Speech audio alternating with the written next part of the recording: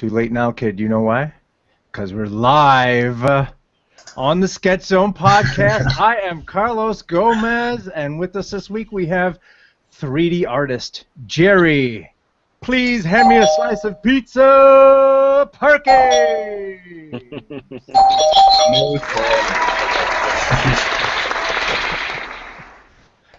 What up, son? How's it going? Nice for you to order pizza right when you're going to be on the show. Not going to say anything, but yeah. You already said something. I know, yeah, you just did. You guys remember when Mike Chubb was on and he ate a salad for 3 hours? 2 hours? Mm-hmm. I'm like, yo, what the? Did you go to like Old Country Buffet for that salad? What the hell? He did make that salad look like it was like... It was like free refills on that salad. Yeah. Anyway, welcome, Jerry. Thanks. We got over here, we got Charlie B. Williams III. Yeah, I'm back. Hello, everyone. How are you guys doing? We missed you, Charlie. I bet. I missed all you smiling faces that I can't see in internet land. But yeah, it's good to be back. Welcome back. And Jack Kasperzak. Hello. I did not order pizza, so I'll be here all day. All night. All night. Yo, Jack, are you wearing a black T-shirt? What's up? Yes, Jack. Me and Jack are wearing the same color T-shirt for my homecoming. Thanks, Jack. Missed you, Jack. You know what they say. Once you go black, you're gonna need a wheelchair. Jack, you made it weird again. I'm sorry. That's not where I was going with it. It's happening. So quite a bit happened this week. Yeah. I believe today Fife Dog passed away from Tribe Called Quest. Yeah, he was young. He's 45. I know. Someone's passing is never neat, but on a related story, we have this guy who worked on a lot of his music videos coming on the show in the next couple weeks. Coney Rock, he's going to be on. So we are like one step away from Fife Dog, and yeah, it's just weird to see. Can we get Q-Tip? Can we get the maestro? Right. Well. Yeah, so that happened. Anything else? Anything cool happen? Not so sad. Let's see. This week? Yeah. Well, There's a few things. We'll get to that in a little bit. a few other things, but Now, let's talk about pizza. okay. Hey Jerry, For real? you know what they say about pizza? It smells so good right now. Well, yeah, but you know what they say? It's a lot like sex. When it's good, it's real good. When it's bad, It's really still weird. pretty good. Still pretty good. Yo, Jack, help me out here. We're starting out strong on this episode. Yeah. Golly. I I like. have the will. I like it.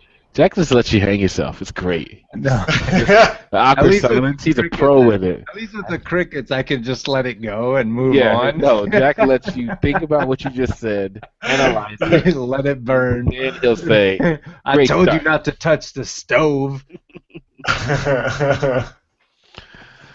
So Jerry, let's talk about your pizza. Oh, well, you really want to know? Yeah, I do. What'd you order?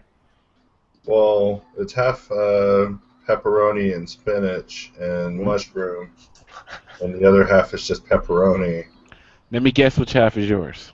Which one? The pepperoni. No, the one with all the stuff. Oh. All that Yeah, I nasty stuff. Hard Knocks, put all that stuff on it. I don't care what that is. Spinach on a pizza? Yeah, put all the, I go supreme, That's not supreme. That's gross. It's pretty good, Spinach will make you strong. Really? Maybe. Have you always ate spinach? I tried to. Yeah, even as a kid. Hell yeah. I was really hungry. Very nice. Eating some. I mean, I always go for Did Popeye have anything to do with that at all? No, maybe a little bit. but not directly. I think it's too young. Spinach is probably the best tasting vegetable. It's like Really? greens. Greens are pretty good too. Depending on what So kind green beans. What kind of greens though? You already know. I want The to kind know of greens I know. which is. Spinach. You are in the South right now. I'm just wondering if you're eating the right type of greens. You know I'm eating them collard greens. Okay. Mm. Thought you was gonna say dandelion or something. You gonna eat that I've been known to quest for fried okra. Ooh. And the last time I ended up with fried okra, I bought a big box of it, right? Because I didn't want to have to go out again. See, this didn't sound right because you're saying you bought a box. Well, it was from Church's Chicken, right? And so guess what I find at the bottom of the fried okra? Don't do it. Parts of a spoon. See, I was like, this y'all just ruined my okra. I can't even trick myself to keep eating it. There might be more spoon in here. the opinions of Sketch Zone is that of Jerry Perkins. Oh, Church's Lord. I Chicken. definitely don't recommend if you're continuing to eat food when you find foreign objects. But if the going gets tough, eat a spoon. This is the mind of Jerry Perkins. Carlos, if you let him go, you let him go. Let's see who hangs himself more during this show, me or Jerry. He's so excited. Carlos is now so excited because he's like, yes. Yeah, it's going to be a competition now. Corn against corn. Watch out with that box of okra. So, Jerry, let's talk about when you were baby Jerry, eating fried okra and collard greens, coloring with your colors. You there? Yes. Okay. Have you always been artistic and? Kinda. I always, drew as a kid. Like, I was really good at drawing, like, carrots and rocket ships. They're really Which easy. is funny. It's funny because they're basically the same shape. It took me very long to make that connection. However, I knew I was good at both of them for some strange reason. But I was actually always obsessed with computers. Yeah. And that was what ended up getting me into art in the end. I mean, I drew casually, but I always took it as like a joke. Like, I never pursued it seriously. How long have you been doing art, Jerry? Since February 2nd, 2010. I thought he was going to leave it at that. Since February 2nd. Yeah, he's got a very, very What specific the- timeline. He's accelerated. Mm-hmm. He's in the- So besides the stuff growing up, no, Jerry had kind of similar to when if you remember the last guest we had on the show, Kobe Juke, not Kobe Juke, who was he? Justin Goby Fields. Oh. Justin hasn't been doing digital art and all the good stuff that we'll talk about tonight that long either. Yeah. Which is And surprising. in So a Jerry's similar similar. story, he used to deliver pizzas. Hey, Jerry, did Justin did. Goby Fields ever deliver pizza to your house? I wish. We would have been best friends, dude. Best friends. I'm always trying to be friends with pizza people. Honestly, it's how you get pizza. Like, you don't get pizzas after work. Like, you can just come by on the way here. You just call this stuff home. Say, I know you made a bunch of extra ones. Go ahead and just, on the way home, drop off two. Throw out the pizzas in the trunk. Throw the pizzas out in the trunk. Nice. Did you ever go to art school at all? Yes. Yeah. Yes. Which one did you go to? Art Institute of someplace. I swear. It was one of them. I had a tour there once. Give me a city, Jerry. I don't remember. Yeah, you do. Where are you I didn't from? go to it. I was going to it online. Oh, okay. All I remember Oh, is you're a keeping holding Phoenix. it left in me. But I don't remember their name. Yeah, you Are, do. are you what is that? The Phoenix University? University. No, it was the Art Institute. They like tricked me with the commercials of like successful looking colored people. Like, I was like, oh man. But I actually am not compelled to do education personally. Like, it took me a long time to get around.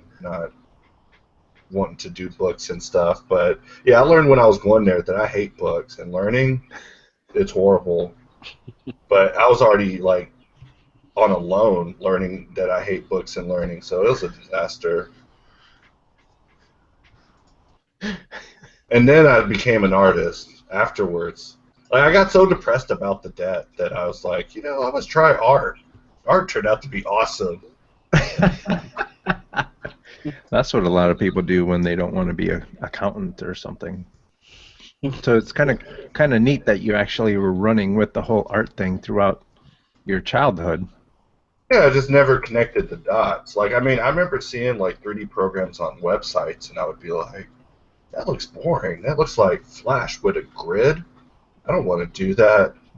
Where's Dreamweaver? Dreamweaver's where the money's at. F everybody else. I'm on that Dreamweaver. Ah, boy. So is that what got you into art school? Did they trick you into a web degree, or did you want to make video games and stuff? Which commercial did you fall for?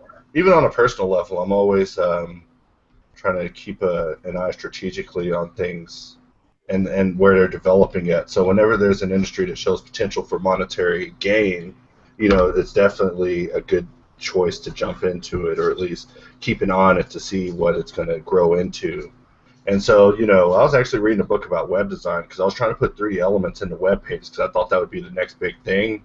Mm-hmm. And in this book, they were like, yeah, you can use 3D to put stuff in this, and it's free. And so because of this book about putting 3D stuff in a web page, I just started using Blender, and I never knew about the rest of the world. So I just, I was using Blender. I was like, this program seems crazy. And I got to using it, and all I wanted to do was just put text in the program. Turns out you can do it with 3 clicks, by the way. But yeah, all I wanted to do is just put text in it, and I ended up following all these tutorials and getting all deep into it. That's how they suckered you in, huh?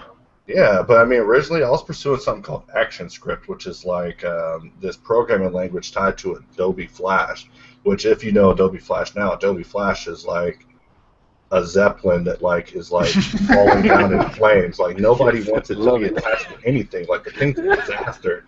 So if I were still pursuing ActionScript right now, I would look like an idiot. A complete idiot, right?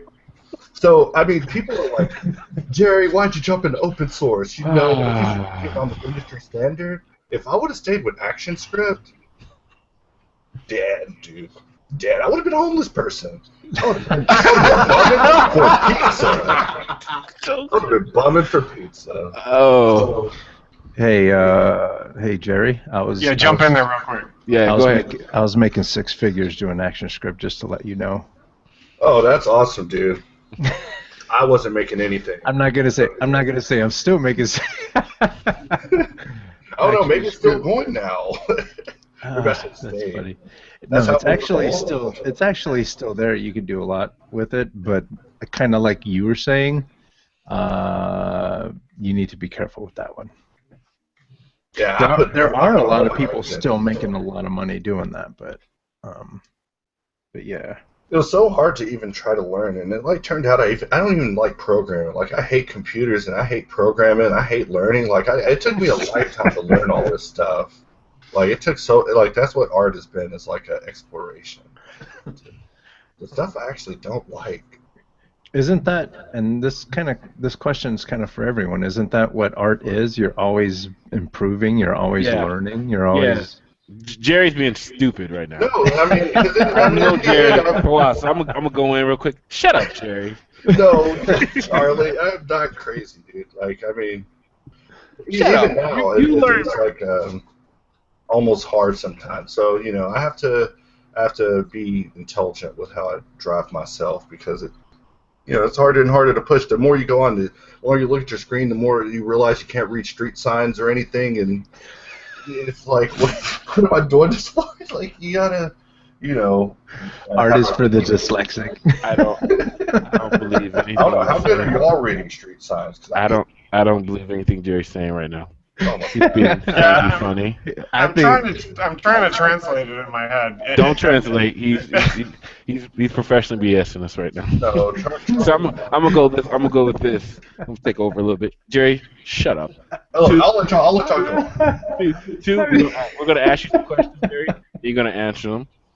No, Outside of he's me, answering them. no, he's That's gonna just answer it. them like better. Because outside of me, Jerry reads and learns different programs weekly. I thought I was the only weird one that does this, but Jerry will always send me messages. So I'm into this new program here. Da, da, da. Oh yeah, I tried that a couple months ago. Yeah, I really kind of like. And then Jerry will go into it for a month, and then move on to the next one. So inadvertently, I think he's learning, and he just doesn't know it. No, Charlie didn't let me get to my final point, dude. you were Like, taking I'm the actually long. while you're I while you're went getting through to all your this final stuff trying point, to I'm going learn, to share. and I'm Dad going to share my finally screen. made me learn and drove me to learn. Cool. Yeah, so Blender duped you into leaving action scripting and learning the whole program because you were trying to make 3D text. And Got that now, part. even though I hate programming, I'm programming. Programming, exactly. By the way, doing text, 3D text in Flash or ActionScript is not that tough. You're just a quitter. I was He bad at it. I was He was bad. doing it in Blender, and he was trying to import it into Flash at one Yeah, point. like OBJs, like OBJs and stuff. Yeah. I mean, do you really want to talk about that part of 3D? No, we don't. No. Getting 3D into web No, pages. but yeah, the evolution I thought was interesting of your journey, you know. But it's funny though for everybody that's listening. Jerry's going to be one of the most interesting interviews we've ever had, but also because he's a very interesting person. Because he likes to run off on these tangents, and I love it. Whatever. We've had 2 or 3 hour conversations, right, Jerry, just on the most randomest programs that no one else knows about. So let's investigate why you wanted to put 3D on a web page in the first place. There it is. Just because. Yeah, that's So all right now I have one of the pistols that you designed in 3D up. So you want to put this on a web page and spin it around? Is that all you wanted to do? I'm trying to remember why I wanted to do it. No, actually, I saw these. Because I'm gonna go in on you now for talking. All right, fine. If you're gonna really berate me on this ActionScript thing, you're gonna find out how stupid it was, and I was wasting my time even to begin with. So before I even was doing ActionScript, I would always just be looking for things to do. All right, so Exactly. get off me. Like, before that, I was obsessed with like photoshopping people, and then before that, I was like, it always just jumped around. So 3D became just one of those things. So I mean, I always just find little activities to obsess myself with. But 3D is the easiest. But you said you became serious about 3D back in 2010. 2010. February 2nd. February 2nd, 2010. College that. No, it's cool though because Jerry always knows that he always has the exact dates. No, just for that one. It's Just good, for that though. one. No. I don't remember my last job date or any of that. Just No, but the 3D, because the 3D is what sticks out in your head the most. But in terms of like when you finally got serious, so you only did a short stint at AI insert whatever online, either Austin or AI, wherever. AI Phoenix. AI, whatever, right? How long did you do school? How long were you in school? Was it only like a year or so, a couple quarters? like a year and a half. Okay, cool. And it was in what program? Art. I swear. Dude, Oh, so you didn't even get out of the gen eds, right? I was so disengaged. Like it was. Oh, okay. Insane. And then I wasn't aware that disengagement was. Yeah. And from there, where'd you go? To work. Just regular, right? Everywhere. Okay, so odd jobs here and there. Does it have to do with pizza? No, never got to work with pizza. I don't think I'd want to work with pizza. Have you ever modeled a pizza oven? Many times. Yeah. Yeah, many pizza ovens, actually. Nice. Did a whole game about it. There's a comic about my love for pizza, actually. I didn't write it. But you did. One of those odd jobs you did have, though, was, what was it, like customer service, right? Because Yeah. there's many stories about that one. That about was that. probably one of my most interesting jobs. right? So before you really took the 3D seriously, while you were just paying the bills, is basically you had this like help desk type job, right? What was it? It was getting people on the internet who Right. were Oh, offline you poor thing. It was and literally helping people unknowing. out. And like Jerry, when did we meet? Do you remember? Oh yeah, when I was still doing that. Well, what? So that was like 3, 4 years ago, right? Charlie was trying to get on the internet. No. So here's funny. Here, I give it to you. Anyway, here's the 6 degrees of separation, whatever. Jerry is part of that initial wave of artists on Facebook that would come into our rooms before we had their like the ZBrush hangouts and stuff. Mm-hmm. So I met Jerry partly because I was doing a lot of stuff with Wes and CG Cookies, as well as Danny Williams, Justin Gobi Fields, Tony Leonard, Odell. You know, some of these guys we've had on the show, and we were all Tony Leonard's coming on the show. exactly. So he's coming on soon, which one of Jerry's mentors, right? Jerry, Who? Tony Leonard. Oh yeah, big time. Yeah, so this is before they started getting into the organized hangouts, like early Google Hangout, where it would be like the Wild Wild West. You'd get random people coming to your rooms and stuff like that. We were all doing 3D. So then, with that time, we used to hear Jerry do his customer service thing. He would unmute his thing because he'd be able to multitask. And yeah, I would never want to do any type of customer service over the internet where I had to help somebody with their email or virus protection or whatever. But he has a great like customer service voice. Can you give us some, Jerry? Give us some customer service, Jerry. I'm trying to think. Thank you for calling so-and-so technical support. My name's and I'll be assisting you today. Can we start off with your account telephone number? That was something I used to have to say like literally every call. But the other thing that I always had to say was what lights are on your modem. And then that always began this really crazy conversation where they would say, what's a modem? And I would say, the modem's the thing we gave to you. They'd be like, you didn't give me anything. I'd be like, we definitely gave you a modem. How dare you tell me what you gave? Sir, are we really going to go into this? And so while I would be going through this conversation, I'd be sitting there clicking a blender. I'm like, are you aware that while you're arguing with me the existence of your modem, I'm sculpting a person? Or I'm like modeling a gun. Like I am literally like being so many more times effective than you could ever dream to be in your But he's so polite with it. Yeah. So you have to like kind of keep it under wraps, So I would tell people things in the strangest way, Like you want to tell these people they're idiots, so you're like, sir, I understand that you're child-brained. Or sir, education was definitely quite difficult in your time. But like it's you got to sympathize with their situation. But yeah. Yeah, here's one for you. I used to work as the network guy, the nighttime network guy at this high school in Illinois when I was going to school. And this teacher who was she stayed late to work on whatever the hell. She calls me up and she says, yeah, my printer's not printing. And before you tell me to restart my computer and check all the cables, I did all that, blah, blah, blah. She gave me attitude right off the bat.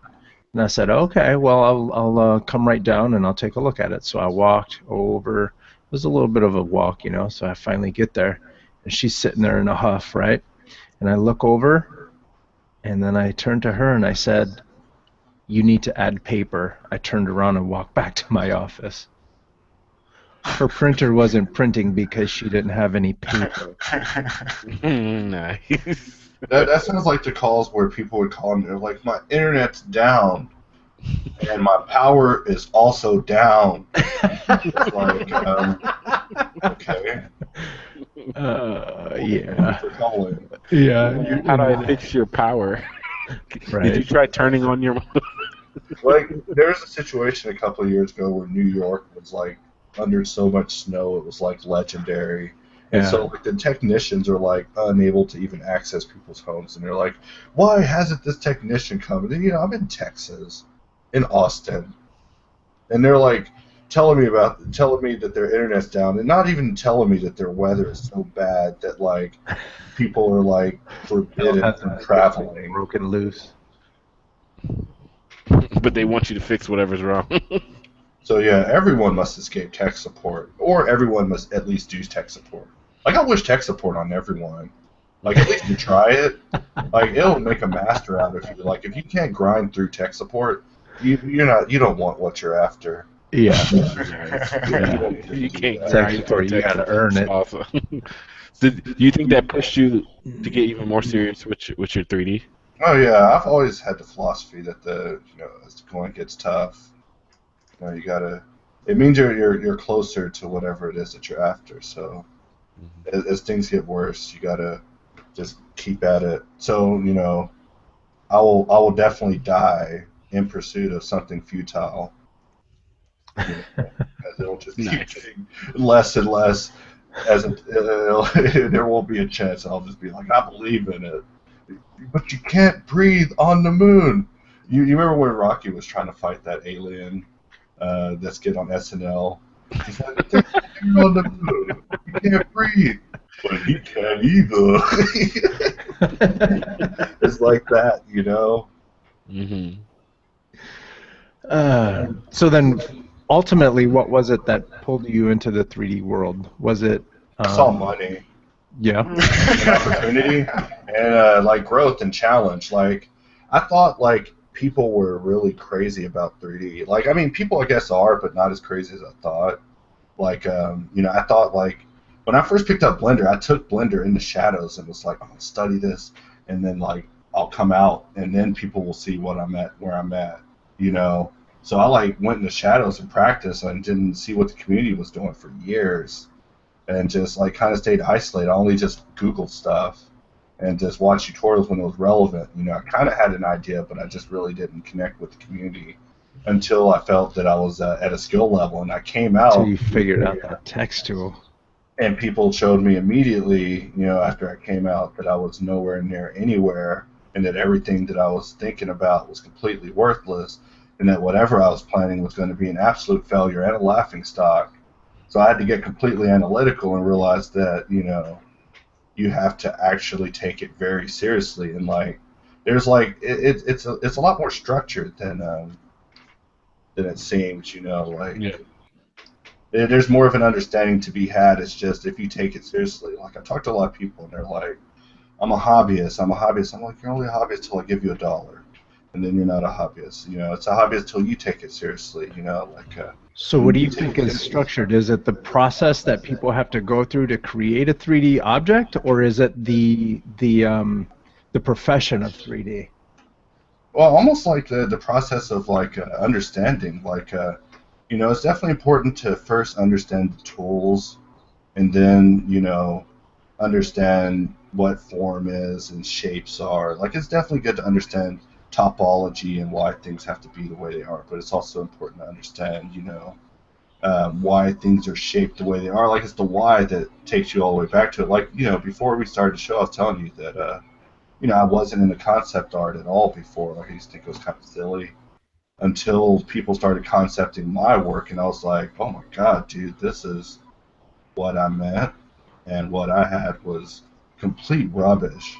Like, I have a bunch of images of it, of like, just even cases with Tony Leonard, who we were talking about, where he's concepted things I thought up, and it's readily apparent that he has experiences and things that he's learned that are, like, I have to be aware of at least, and utilize it if I'm to make a vision that'll be credible on all fronts. Because my goal is to definitely not. Yeah, it's cool working in 3D, but my goal is to eventually sell something to people, like regular people that aren't even doing 3D, like just regular folks. I want to make like something. Toys and stuff, or tutorials and classes and stuff. Well, that's good too, but that's really to help the community of people that surround us immediately.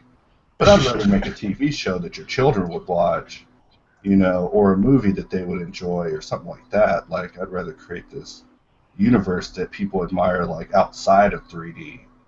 3D so small, right? It's only like 10,000 people. We're Yeah. like around us in a circle, Like I don't know how many fans I have, like probably like 15,000 subscribers on YouTube, but only like 1,000 of them watch my videos actively. However, there's people out there that are pulling pranks on people in public, and they're like getting like 800 million views. Like you watch some of the stupidest videos, you see like the highest view counters, and it's just like I mean, it's not can you do better than that, but I mean, I could make something that's likable by the everyman. Yeah. So I think a lot of people have that realization, like you didn't do the traditional school thing or the traditional online thing, but you definitely had that isolation syndrome that a lot of students have through their years of college. So go with me on this. So like a lot of times, people that want to go to school for 3D, they go to their set art school, be it a very expensive one or an online one or whatever, and they have this like island mentality that they study their 3D and they've kind of figured out the best of what 3D offers, but they don't know what the rest of the community is doing or the industry, right? And usually people don't have that realization of like, oh crap, my stuff kind of sucks.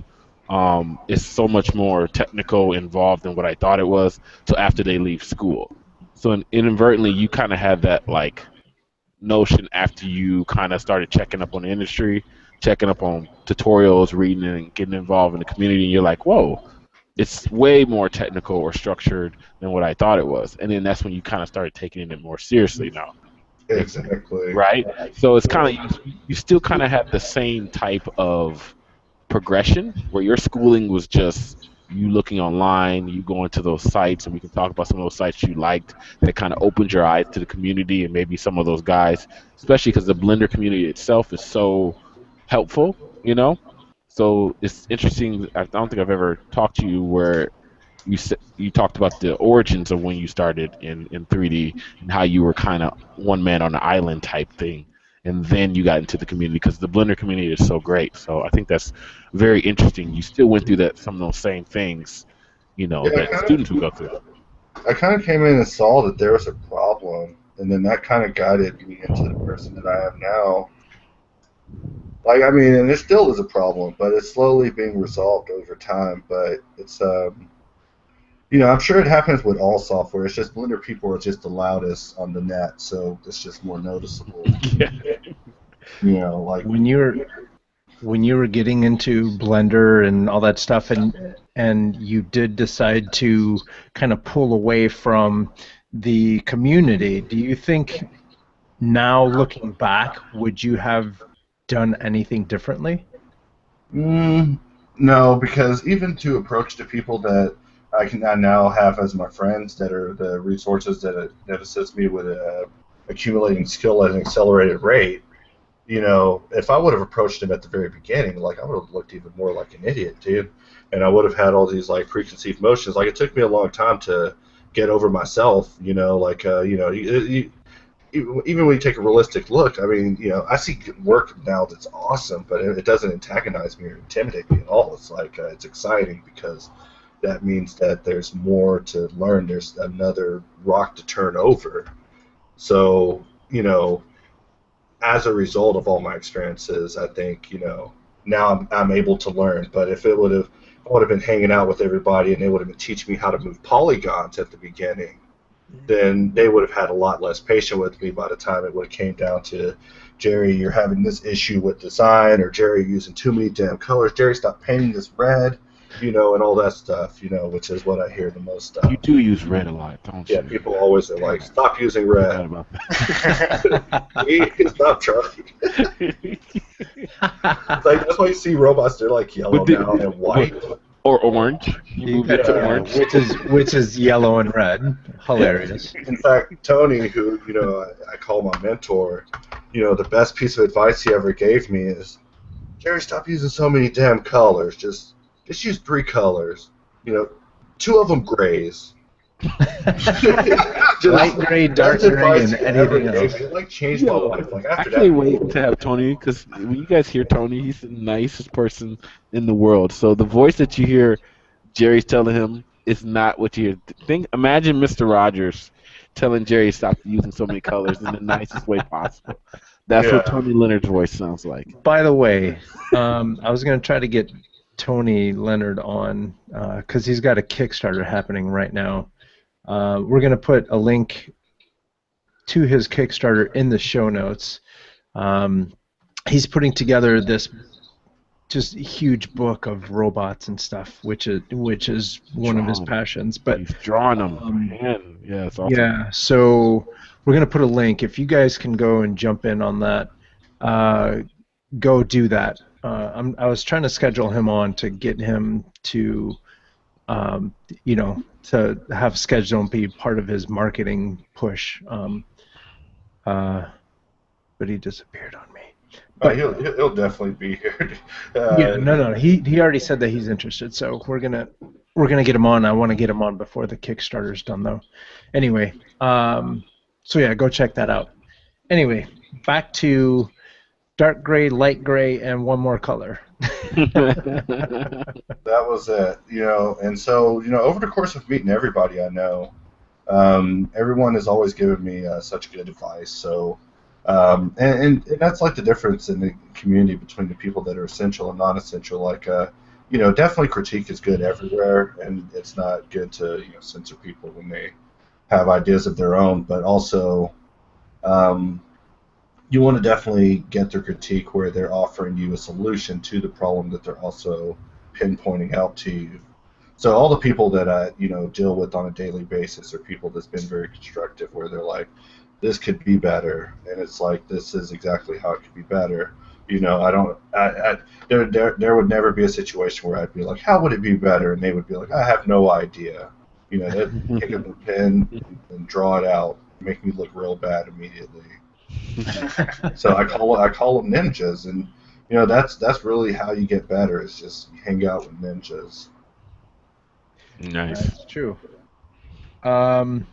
So if you're listening on iTunes, you're not going to be able to see this, but if you're on YouTube, you'll be able to see this. But as Jerry's talking to us, he's creating this magnificent alien robot-looking piece. Jerry, is that how you approach all of your models? Well, I've been getting tips from everybody. So Mike Thompson is also a good friend of mine as well, and I'm always asking these people for how they get started, and then also Anthony Jones, like a lot of his gumroads on how he approaches forms. So I'm always trying to experiment with different people's techniques. So I would say what I'm doing now is kind of what I've been seeing a certain Kickstarter doing lately, more so than anyone. But as far as style goes, I almost try to think about different people as I'm working. I'm like, what would so and so do? Like their different styles. So yeah, it's kind of like how I think Tony would do it. But I've just been experimenting. Like sometimes I've been working real abstract with bigger brushes and stuff. Yeah. But I'm actually more impressed with this than. Yeah, because you usually just jump in and start modeling, right? Yeah, So and now I always you- practice this stuff Yeah. in shadows. Yeah. So people will see a sketch, and then secretly I'll do like 60 more sketches. Same thing with humans. Like people always pin me as a robot guy, but I sculpt like a human a month at least. I just don't post it as much because people will tell me that the lacrimal ventibulator isn't connected to the the interior posterior Snorlax. So so instead I'll just post robots for now. What head are you Watching Caesar sculpting? Brain Dead tutorials until I figure it out. I like that. I get so much on it. Like, it drives me crazy. It's like, God, I don't You know. can't read the comments. You can't read the comments. I have to read the comments. Like, people comment on my old YouTube videos. Like, I leave every YouTube video up because I think to myself that if I reincarnate, the next me will also be a fan of myself. So I'll just watch my videos and relearn. Like, hopefully by the time I'm like 15. Here we go. I gotta wait until I'm like 30. You got to give him another question because I feel like we're going. All right. You start talking about reincarnating and still liking yourself. Yeah, you feeling yourself right now. No, come on. That's what I got to re-educate myself. I'll like that I'm down to the point. You know the best part about this interview is I can see your face as you're talking. I forget about Because that. you gotta understand that Jerry. I'm always talking to Jerry. I'm just seeing either his like logo flash or whatever. So I can't read when he's starting to BS or he's starting to be funny. This is great for me. I'm actually having a really good This will time. probably be the last time that this guy will Did I ever see your face? me. And this is probably Like, he's this is the like, only time shoot, I've ever seen. which is cool. It's good. This is great, Jerry. You're doing great. When I become rich and I get that time machine, I'll go back and undo this thing as well. Yeah, we put Jerry on the grid, and so I know he's just like, damn it, I have to show my face. It's like funny. unmasking Batman right now. So Jerry, what's going on your YouTube channel? Well, the last video I did, I was actually trying out the new Retapo pen. The new poly pen from Retapo Flow. Isn't that a tongue twister? Which was pretty good. I was able to make that mesh you see in the video in like 30 minutes. But mainly, I do time lapses now. Time is Nice. Time is important. So instead of just putting real time videos, putting 3 times as fast. Do you like those better than the old videos you were doing before, where you would do the real time, so it'd be a true 3-hour video, if that's how long it took, or a 2-hour video? Do you just work now and then just record your screen, or what?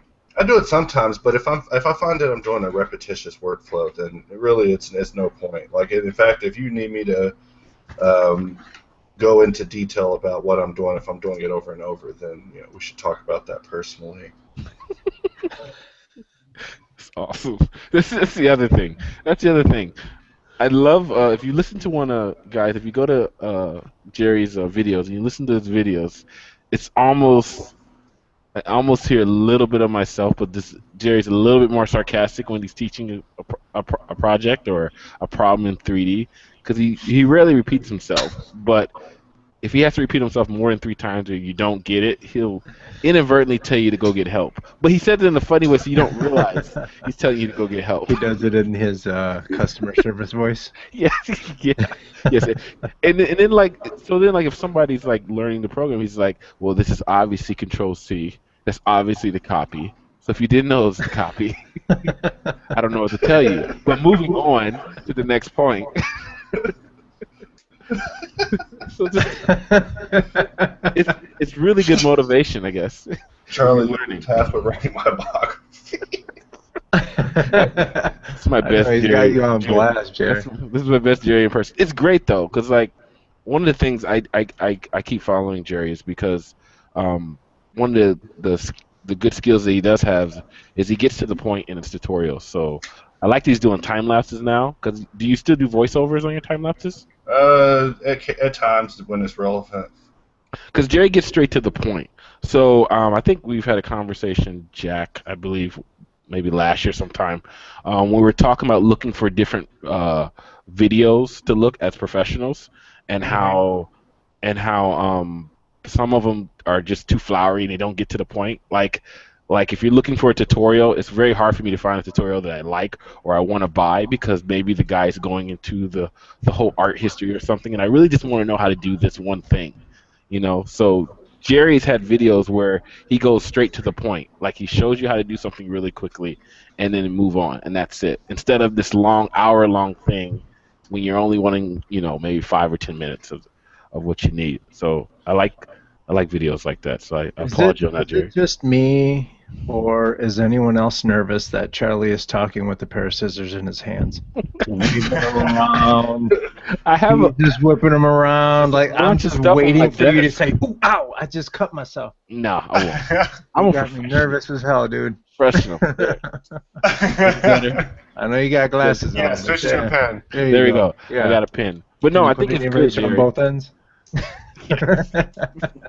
But real quick, before Carlos interrupted me, Jerry, talk about why that is, because I know you have a certain philosophy with tutorials, since you've kind of learn on them. Like if you're like me, you have ADHD. You've watched like 800,000 tutorials, and then you realize way too late that you have no more patience to watch any more tutorials because you wasted your time watching tutorials without analyzing if you actually learned something from watching a tutorial for 8 hours while you sat there playing video games while watching the tutorial. You know, say it's the easiest way, but yeah, like as you watch more tutorials, like it's like you watch all these people get started over and over. It's like they get so much harder.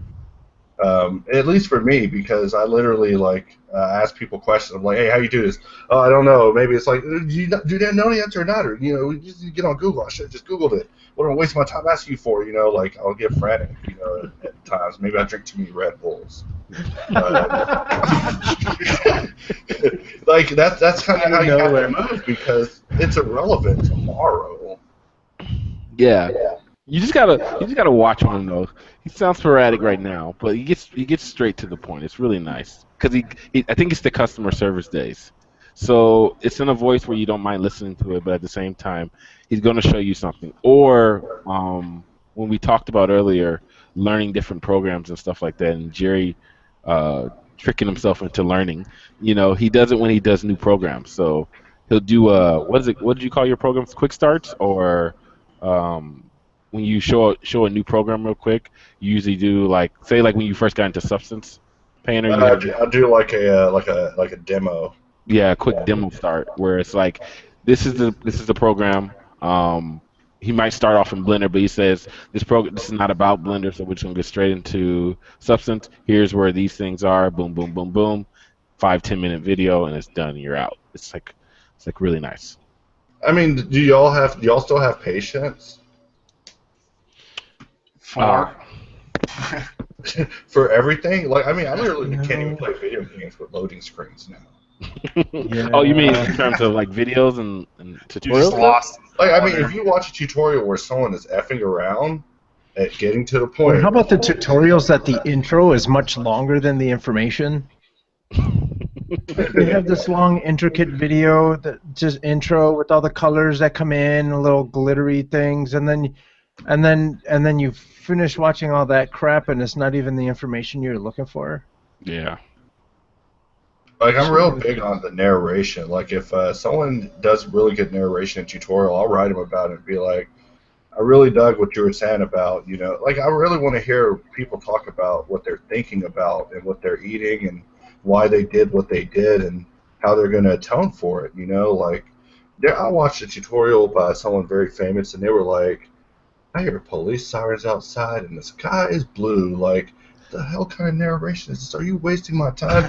Are you aware that I need this knowledge to survive and eat? Like, you're going to BS me. Like, I mean, it happens a lot of tutorials. Like, that's just a really casual example. Yeah. Literally, like, you buy, and I'm buying these things now. Yeah, heaven forbid you buy a Gumroad and then you realize you can't understand what the guy's saying, but you know there's knowledge there, or they're just way too slow with it, or they're glossing over it. You sound like you might have bought that Portuguese skin tutorial. Stop it! I got it too. He got me too. I was like soft damage. I knew you were going to do that, but no, I wasn't talking about it. But I'm just saying in general, it's just like, because I always make the joke when I was teaching, that it felt like pulling teeth on the internet when you were looking for information outside of your classrooms, back in the day. And now there's so much information, especially for 3D modeling. I mean, everybody did that Joan of Arc tutorial because it was literally the best tutorial on the internet on 3D Total. And everybody's heads or females would look like that because they were the only one that really, like, you start off with a box, but then you grab your reference image, you line it up, you do this, and he took you through the step-by-step. And back in the day, that was called showing you the whole process of your project rather than showing you how to model that. Whereas back in the day, you would have even some of the big artists back in the day, you would have the head, in 3D World magazine, and then next thing you know, you'd have the finished sculpt, and then you have like a big page, article on basically trying to tell you what he did, without any kind of real visuals. So I mean, nowadays you have the Gumroads, you have all these artists. You have to sift through all that though. I guess that's the bad part, and find those good ones that are really good. Like what's the good 2D one we talked about, Carlos? Uh, Brush. What's the website? Ways? Oh, Uh, I always forget it, but like those are one of those sites for me where it's basically showing you how to digitally paint and stuff like that. It broke it down real good, but later on Concept video. Cookie? Concept Cookie is really good. Tim Von Ruden is really good Yeah. because he breaks it down, and he also has live shows Yeah, he that breaks it down too. But a lot of them, Luden's crazy. yeah, I used to hate those too when I was doing the digital painting ones. You know, you'd have like the black and white, and then you have like maybe the flats, and then it'd be done, and then you'd have 2 pages of like, this is what I did. Like you don't want to tell me or you don't want to show me? Fine, whatever. I'll figure it out myself. You know, so I think it's the new problem that artists may have, like sifting through good and bad. I mean, I guess on Gumroad. that note too is like Gumroad needs a review system. Oh, that's Like, interesting. you know, Like a star I system always felt underneath. Gumroad should be quality, like pay-per-view. Hmm. You know, I never got pay-per-view as a kid. I mean, I watch it now sometimes. You know. Do you guys know what Gumroad is? yeah. Cool, Yeah. cool. I do, but for those people that don't know, Yeah. So basically, Gumroad is a way for artists to put up their work, tutorials or whatever, and get paid by the community. You know, it's kind of like being able to sell your work. It's like giving you a space online to be able to have a store without you having to worry about, how to set up a marketplace and put the money out and stuff like that and all that good stuff. It gives you a spot. You it's as simple as creating an account, and then you can upload videos to your Gumroad, and then blast a link out over social networking on the internet, and you're able to sell your stuff. So artists have picked it up. and you can sell more than just tutorials. You can sell like Photoshop brushes. I saw Anything you want. on the Procreate website where someone was trying to sell their Procreate brushes, and people in the Procreate community were like, "Really? This is the first?" Yeah, yeah, and we could talk about that too. I mean, there's a good segue into stuff being open source and community driven products like Blender and stuff like that, because Jerry's a prime product of having open source 3D software, because we know 3D software is very expensive, but Blender was a great way for artists like Jerry to get into that. But at the same time, and Jerry, you probably can speak on this too because you've been big in the community. What's the biggest problem that Blender may have, or people like on the Procreate community may have, when it comes to products or tutorials or things being made based off of it being open source? I would say the funding almost, dictates its progression. You know, unlike multi-million-dollar companies where it's always assured. So, yeah, that's something I've always thought about as well. Yeah. Is how to properly fund it. Yeah, because there's always real pushback, right? There's real pushback with the community. I know CG Cookie dealt with this early on, and they've kind of plateaued it and got past, and other artists have plateaued it. When things are open source, and then people are trying to sell information, maybe tutorials or stuff like that. The community itself gets used to stuff being free. And Yeah, then I think it's put a bit of a rift in the community. Like, I think even when I first put out Hard Ops, I dealt with quite a bit of dissent among the community. However, I had a special way of handling it, but it definitely is capable of happening. And real quick, for people who don't know, what is Hard Ops, Jerry? Hard Ops is a Blender modeling plugin that basically is intended to present a hard surface workflow that's been developed by me and a small team for Blender. It's so hard to explain now. Every version gets harder to explain, but it's basically a series of hard surface tools wrapped in a workflow designed for making things easier in Blender, significantly easier. In fact, you don't need any UI whatsoever to use it. So if you think about hard surface modeling, when he says that's anything that's non-organic. So think of robots, a lot of environmental type modeling, Like earlier, bevels we were and showing chamfers, yeah, you have like a pistol would be hard hard surface, modeling, yeah. a watch. So with those things, historically, they can be very time consuming, right? So if you're using more traditional modeling softwares like Maya or Max and stuff like that, there's plugins for being able to bevel something or being able to put a chamfer or something or being able to inset a polygon in a way that allows you to cut holes and stuff like that. There's functions in 3D called booleans, which are basically ways of punching holes and stuff. Those things typically take time to sit there and model in. And what Jerry and his team has accomplished is a quick and easy way, similar to if you were in, like, say, a sculpting program like ZBrush or whatever, and you use their insert mesh tool, that you're able to, literally quickly add chamfers and bevels and can really speed up your workflows. One of the strengths of Blender. Once you get it, Blender is a very, very, very good modeler, and once you get used to it, it really it's really nice. While we're talking, Jerry, can you share your screen? Oh yeah, no And we can keep problem. moving on, so they can kind of. So if you're watching this on YouTube, you'll be able to see Jerry share his screen as well as he'll just sit there and make something while we continue to talk. You guys keep talking about communities and hangouts and all that good stuff. Where could someone that might be listening find some of these hangouts where people are sculpting or drawing or doing whatever?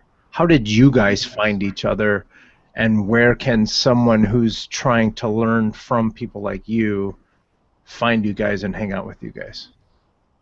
So historically, where I first got into it is through friends on Facebook, and then I was also part of a community called Polycount, which is a big game dev community for artists and stuff like that.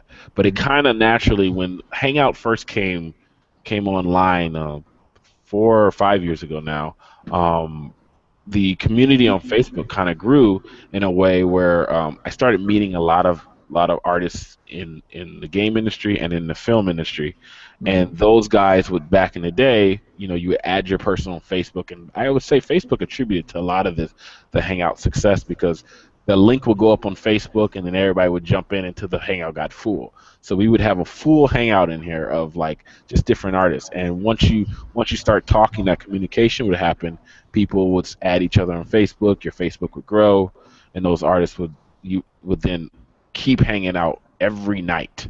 It's not as much anymore, but it's kind of evolved. I would say now into, if you're looking to do that kind of thing now, it's evolved into getting involved in like websites like Polycount, 3D Toto, CG Cookie, Blender, the different Blender websites, and then getting involved in the Facebook groups. It's kind of moved to like Facebook groups where there's a Facebook group for everything, and they're usually having hangouts on those things. So you can really find those ones. Like we post regularly on 10,000 hours, right? And that's a good way of finding. There's other ones. There's 2D versions of these communities that have the same deal. DeviantArt has a bunch of stuff on there.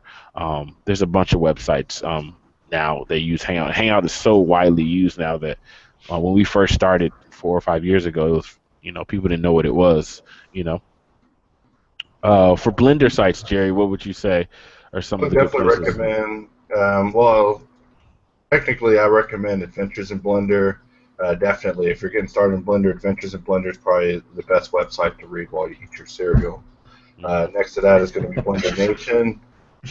Next to that is going to be buildbot.blender.com, but that one's more for actually downloading the official builds of Blender.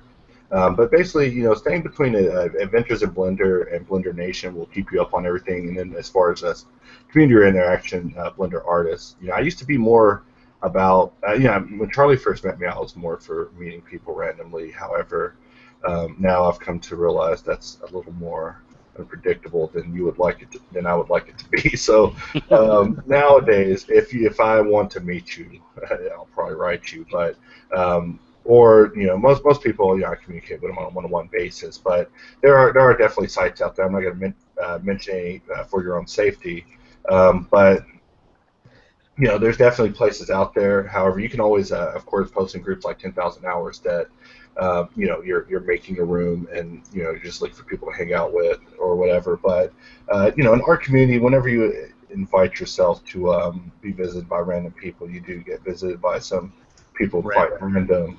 Yeah, and some of them you can keep if you keep it to some of the art groups. They're not as bad. Don't let Jerry scare you. All right. Polycount has a really good hangout that still goes on. So if you go to polycount.com and search for that, you can find it. As well as a lot of the programs are started to get on the hangout thing. So I know Quicksoul has a group, and as well as Substance. Doesn't 10,000 Hours have one too? I don't know if 10,000 have the official hangout one. I don't think so. Yeah, I think they're still working on getting their webpage up. Yeah. But that should be. So some of those programs are having like hangouts and stuff like that, because the cool thing about it is Google is put money into the hangouts, and they've kind of marketed it pretty well. So quick search, you'll be able to find some. Totally not trying to scare anyone. Definitely recommend social interaction. It's important to support for accelerated growth. Thanks, Jerry. The public service announcement by Jerry Perkins. Oh man! So you can see, like, if Jerry's still going here with his model, but you can see that like a lot of these things that you would do in traditionally without using this hard ops plugin would take a lot longer to do, even if you're a really fast modeler. What program are you using? Blender. But I'm glad that you asked that. That goes to show that this is a success. So, also, the goal is to have zero UI. People shouldn't know what program you're in. They shouldn't know anything. It should just be completely quiet. In fact, it can even get more quiet. But that's when I think about hard ops, and the reason it's made is because of the creative process gets so tied up. You're looking at a grid floor and like gimbals and buttons everywhere, and like I don't know. I try to think a lot about why people have a hard time learning, or at least using Blender and getting started with it. And one of them sometimes I think is because people just get menu blind. It happens to me sometimes. Like I'm just like, whoa, there's just too many menus here.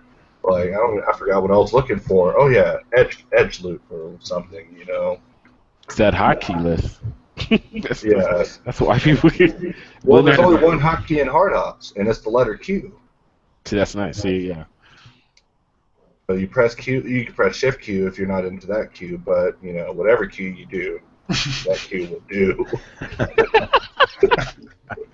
Seriously, you can press Shift Q, and there's actually a pie menu system, which is a whole alternate way to access the system. And like the idea behind it is that these three menus here change dynamically. So based on the context, like for example, like a lot of people say it's real complex, but this project is collaborated on between me and like people from several other countries. In fact, the way that Charlie was right about kind of the way I work. I do a lot of information assimilation. Like when I need to know something, I'll find someone that knows more than me. Kind of like Mickey Rourke on Sin City. He's like, I find someone that knows a little more than me. But he's just killing people. So I met this guy Adrian, who was like a really crazy hard surface modeler, and after seeing his work, I was like, whoa, dude, we got to be friends. And he was like, yeah, sure thing. And that was it. We got to talking, and it's like, we press the same hotkeys. You live in Poland. Like, that's so crazy. You hate on the same buttons I hate on. I'm going to write that down. We turned that into a plugin, but that was it. And so over the course of making it, we both are pursuing this tool, this perfect tool to help us make hard surface. So even though people are buying it, it's built with me in mind or him in mind, but we're just trying to like create this tool so whenever we walk away, it'll just be like 800 times easier to do it than original, but also to maybe take something back and put it into Blender. Like I'd really like to create a new smooth system for Blender and call it hard surface smooth or something. Awesome. Would you ever want to get into teaching for real? Like in a classroom environment? No, teaching wouldn't pay any money. Like it'd be worthless. Like the only reason I teach now is because I want to. I just see that there's a problem where people are not getting educated properly. Like people are so stuck up Blender that they're not like checking other software to find out. Hey, these people in Maya are doing some crazy stuff. Like I don't really care too much for Maya, but I got to find out what that Redshift is doing. A lot of people are talking about it's winning some awards. You got to find out why these people are winning awards. Like, I mean, if you're using Blender just because you're a fan, it's just the wrong reasons. Like, I'm going to use the best tool for the job because my goal is to make a product at the end or a thing, and that thing is going to be what will hopefully be like my legacy or something, But it's definitely not teaching. Like, if I manage to educate people at the same time, that's definitely great because I definitely want people to at least aspire for more in Blender. Like I talk to so many people, and they're just unenthusiastic. Like it's like art impotence or something, and it's like you gotta have this. Like, do you want for anything? It's like, no, this is good enough. It's like, well, it's not, and there's people that would tell you that. I mean, it's a double-ended sword, so it's always like a hard moral question. So that's why I just do videos, because if I just talk to people about it all the time and I'm like, hey, on your piece, if you would have did this would have looked better, like, it'd probably open an argument. They'd get mad at me, throw a flaming dog through my window. It'd be horrible, so it's easier to just make videos, but right. I feel that in the community, like, people are so hung up on hotkeys that they're like not even noticing that there's art around. Like people are like, why is ZBrush making such great stuff? And it's not, we could talk about how the software is superior. Like ZBrush is great, like Frosted Flakes great, but the reason that it's so great is ZBrush is Frosted Flakes great. Yes, like Yeah, you're making it is. that program, Yeah. and you're free. You're free. There's no UI. I hate the hotkeys. I hate the hotkeys in the program, but it is great. So they force you to learn it. But yeah. So ZBrush is onto something there. Like ZBrush teaches you truly how to be an artist. Like probably the best thing that ever happened to me was me going into ZBrush and deciding to stick with ZBrush. Because if I would have stayed in Blender, I would just be modeling like I'd be doing Minecraft animations by now. Like because I never would have seen like these crazy dancers on the ZBrush Central forums that were like so insane. Like I mean, I'd look at this stuff and I get jealous. I'm like, these people, like, however they did it, I must do it no matter what. Like there's no other answer. Like if they because they did it, that means it can be done. Yeah. It's not, oh, I can never do that. Like, hell yeah, I can do it. That guy just did it. Yeah. Like, people get hung up on their programs, and that's one of the things we ran into early on when we started talking to a lot of people, especially even with ZBrush, they do it where there's really good ZBrush guys that are just hung up with only being in ZBrush. But I kind of like the growth there, where at one point you were just in Blender a lot, but then you realize that I need to start stepping out. So it's always good, use it for the best. Well, I'm loyal, but man, if a better tool came out, man, I stabbed this thing in the back. No, I'm kidding. But, that's the best kind of loyal. but really, it's always the best tool for the job. So I mean, even in the Blender community now, I use Blender. Like I always tell people, use all the software, but remember where your home's at. Remember where your home's at. Remember what buttons feel normal to you, because that's your home. Here, middle mouse button rotates. A lot of people complain about it. I'm just over it. If you're still stuck on that, get back to me when you're over it, because if you're changing the hotkeys, then I don't want to hear from you. I don't come to your Maya and change it to my Blender. I just use Maya. So just bite your tongue and get through with it, because these people have a vision, So you got to just kind of see it for what it is. But it took me a long time to get to that. Like before that, I was a Blender loyalist. Mm-hmm. I was such a Blender loyalist, I didn't even want to update to the next version of Blender. Yep. I was like, these people think they can change my UI. I'll use 2.49 until I die. You know what 2.49 looks like? It looks like Tron's diarrhea. Like, it is bad. Tron's there. So many gems. Just Like, dropping them. you just don't want to get involved with it. And the first time I opened Blender, I immediately closed it. The first like 8 times I opened Blender, I was like, oh my god, close it. Like it was like I was coming from web design. It was too much for me to handle. I was like, whoa, I'm controlling a mech here. Man, I bet this program turns me into God. Like I didn't know what to expect in 3D. Like there were so many bars. I was like, man, I bet this stuff turns on the water in my house and shit. All these Shut up, Jerry. I'm Jerry, serious. shut up.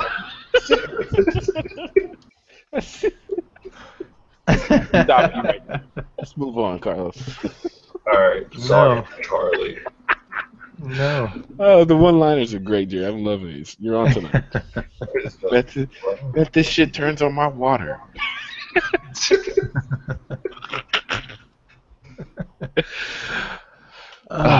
Next. So good. What are you doing these days? How do you make your money, Jerry? Are you working for someone or are you a freelance guy? I'm a hustler. I'm a hustler, baby. Yeah, like I'll never die until like I find success, and I'll probably accidentally die, like a naked girl avalanche or something. But basically, to survive in 3D as an open source guy, I completely had to think of a completely different way to do it. Like, when it comes to surviving in Blender, there's only a couple of companies you can write to try to get an in with them. And so when I tried to, extend my services years back to try to get in with these people, it was not happening. And, I was rejected many times, so I had to figure out a system of my own. So the fact that I'm still able to do it myself stands, to show. But it is like the exclusivity of other clubs that caused me to kind of pursue it the way I do now. But So you are finding success being a freelance artist and still being able to use Blender? or just even through just the development of just hard ops. Like it's a project that contains multiple people. So in order to keep the program growing at the rate that to keep the plugin growing at the rate that it's growing, like it does require that I'm pretty aggressive about the talent that's involved with it. So every version there's like quite a few people that are sent emails and brought in to develop stuff or just come up with ideas if they're interested. Obviously, not capturing these people in nets. I did notice also, Jerry, you started doing. You're going to be in. Is it the next issue of 3D World magazine? Oh yes, I was in issue Talk number about that. 92, but I was just a shadow, Mhm. not really in there. It kind of, to be honest, I'm actually relatively jealous of that particular issue. There's a lot of big names that were featured in that issue, but I wasn't one of them. I was actually just a picture on the side. So, that means I still, of course, have a ways to go in the underworld because one day I need to be the big picture and everyone else needs to be in there. So it's a side thing. You got to crawl before you walk, but that's cool. You got in there. Well, I'm not complaining. I'm always going to be working toward. I'm always looking for a challenge. Like I was hoping there would be more challenge in 3D, but there's not. Like people are very calm and relaxed. Like I was hoping it'd be more like Pokemon. With people throwing cards at each other? Yeah, like you're my eternal rival, I'll destroy you type thing. Except not all crazy, but because competition is what really drives growth. Like I've worked a lot of dead end jobs in life, and because of my strange personality, the people thought I was someone I wasn't, and as a result, I became their boss. And in the oil field, it was quite a struggle. Like it was heavy work, and I was like skinny and had less fat. So now it looks like now I'm working my way to being the kingpin, so people respect me. But back when I was skinny, it was different. Little reference there. Jerry. Love it though. These people would wrestle me, and I would run away. Like they're like, "You'll never last here because this work is too hard for you." But I'm all about the competition because the competition will always bring out the best that you can be. If there's no competition with purpose of it, at least to me. I just like maybe that's it. I'm addicted to accomplishment. Not so much any particular thing, just the pursuit of things.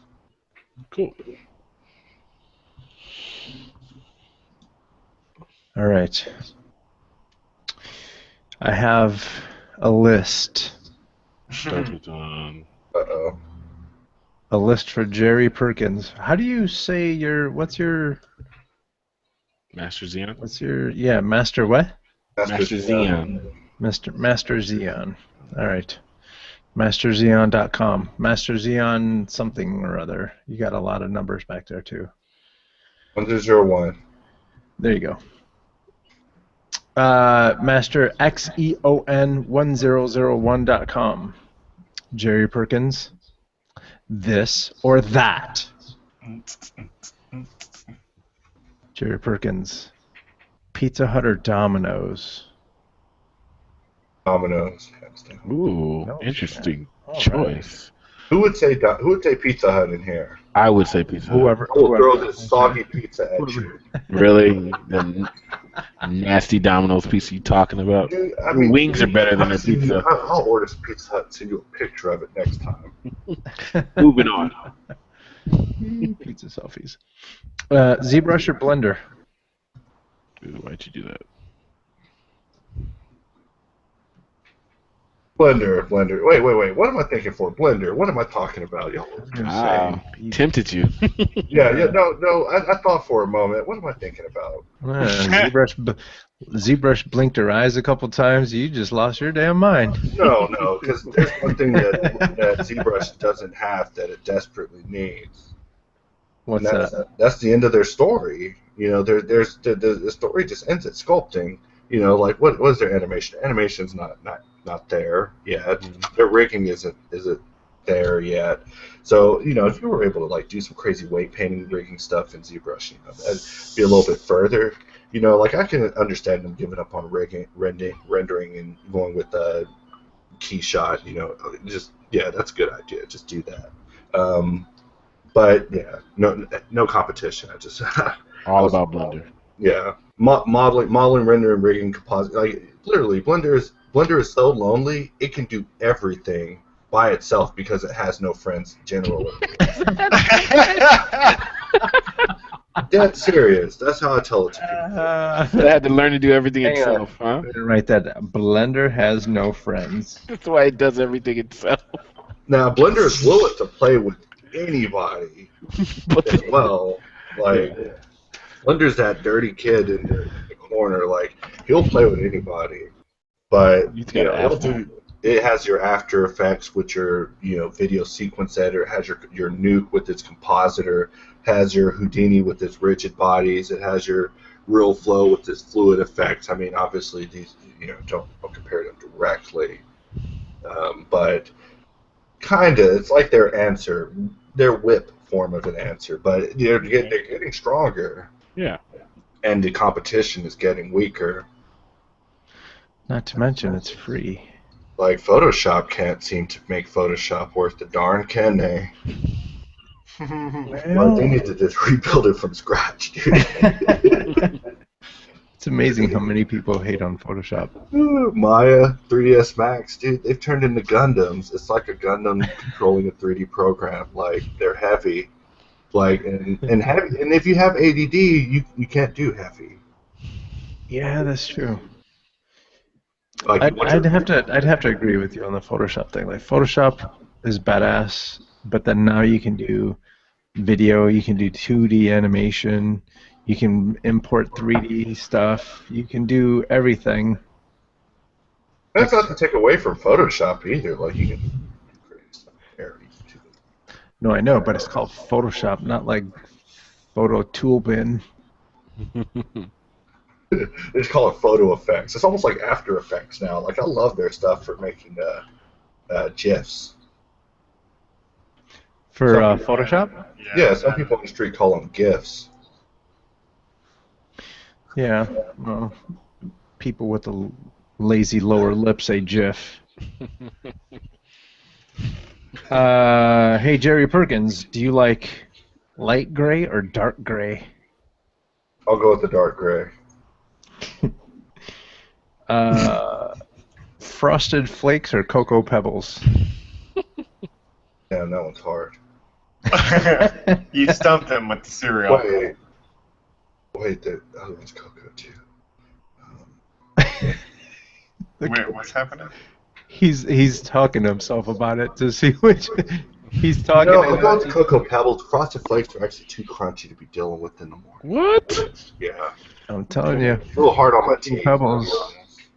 Cocoa Pebbles. You just put them in there. Maybe they pop, snap, crackle, pop a little bit in your mouth. The longer you leave them, the easier they are to eat. Mm-hmm. Just turn into like this chocolate gum and paste. Did you see this interview? Did you see this like survey that they did? And like they interviewed a bunch of millennials, and they're saying that they don't like eating cereal in the morning because it's too much work. Nah, was that a joke? It's so for real. I'm gonna find it. I'll include it. Oh my gosh. I don't even wanna. Oh my god. All right, last one. Jerry Perkins, Master Xeon, 10,001. 10,000. 1,001. I got high expectations for you, kid. 1,001. Daredevil or Punisher? Ooh. Daredevil. It's his show. The show is named after him. Yeah. Been watching are you asking Just started. out of the two heroes, right? Yeah. You got the hero and you got the anti-hero. Castle's only got 5 episodes of like credit to like help his case from like those horrible movies from the past. So I mean, after a show comes out, then we can talk about it again. But for now, Daredevil. I mean, their season 1 was pretty solid. Have you seen season 2? Season 2 was pretty solid too, but season 1 was more solid. I think season 1 was a good setup, but season 2, the thing of this isn't gonna ruin anything. The thing about season 2 is a little bit tired of seeing so many damn ninjas. I don't think I'd ever hear that phrase. Yeah, I just started. I had a friend, our friend Tyrus said that, which got me into watching it. I'm only in four or 5 episodes in the first season, but like I heard there's good quality ninjas, as he puts it, in Daredevil. Well, like I mean, season 2 definitely they don't feel like they're like cheap or like they feel like they really know what they're doing. I guess I don't know. I laughed at the quality ninja. I thought that was just amazing description. Like you feel like he's in grave danger. Are they like a Chuck Norris movie ninja? No. Are they like a ninja that's actually pretty good? Like, he's having trouble defeating them ninja? Like, Well, I think it's because I think he has. Or is it in the first season, the first season where the one ninja kind of sets him on fire. I'm not there yet. Sets the guy. First season, you haven't seen the first season. I'm just getting into it. I thought you said 4 or 5 of the second season. I take no it back. for the first season. Yeah, I'll be quiet then. You catch up, and then we'll talk. I'm not gonna say anything. I don't like ruining it for people.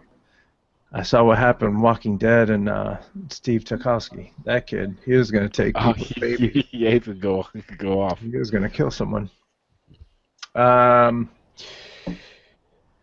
Speaking of open source, there is a software that was being used for shows like Futurama and a host of other really big ones that is going to be turned into open source. It's called Toonz, Toonz, and I got the story from Cartoon Brew, and I think actually, Charlie, you shared the link with us. Yes.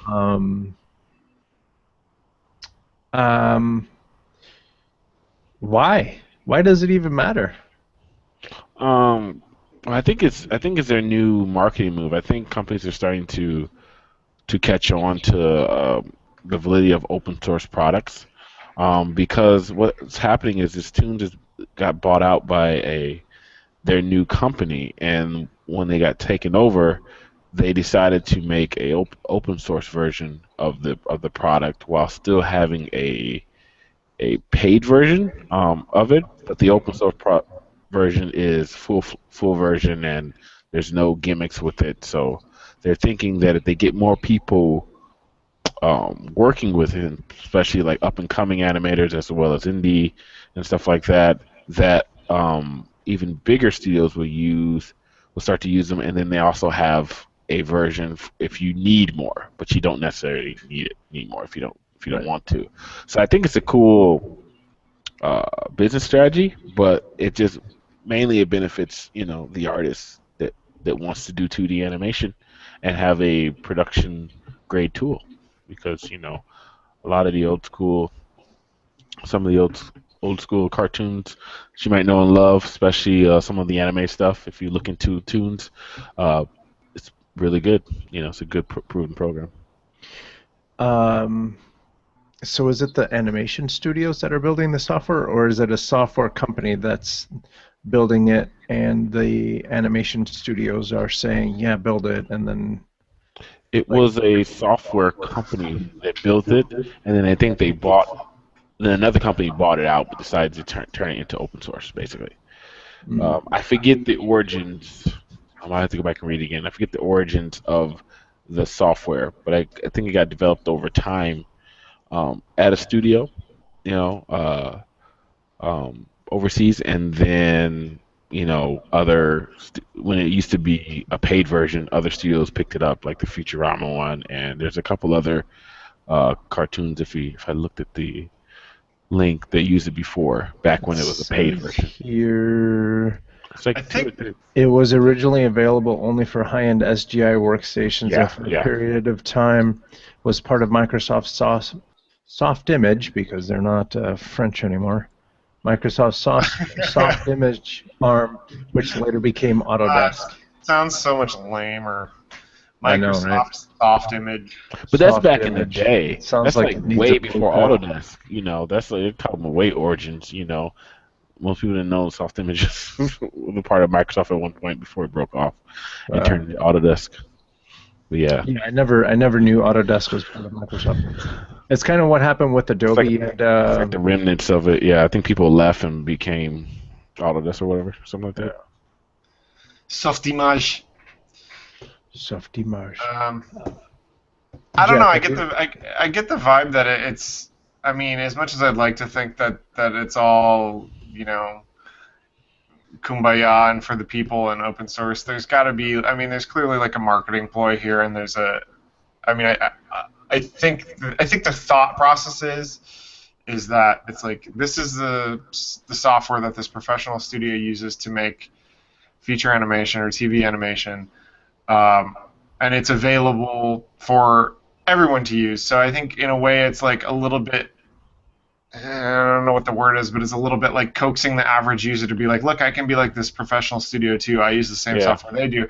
While at the same time, it's also making that software they use available for everyone to learn, which thus increases the talent pool. It builds their base, yeah. It builds their base. It builds their which isn't necessarily a bad thing, and I would prefer that rather than the other option. But you have to wonder kind of what's the point other than that. Mm-hmm. So how does open source work? Because I know anyone can download, like for example, Blender, and even obviously now Tunes, but anyone can download it. But who's doing quality control on the software? The community.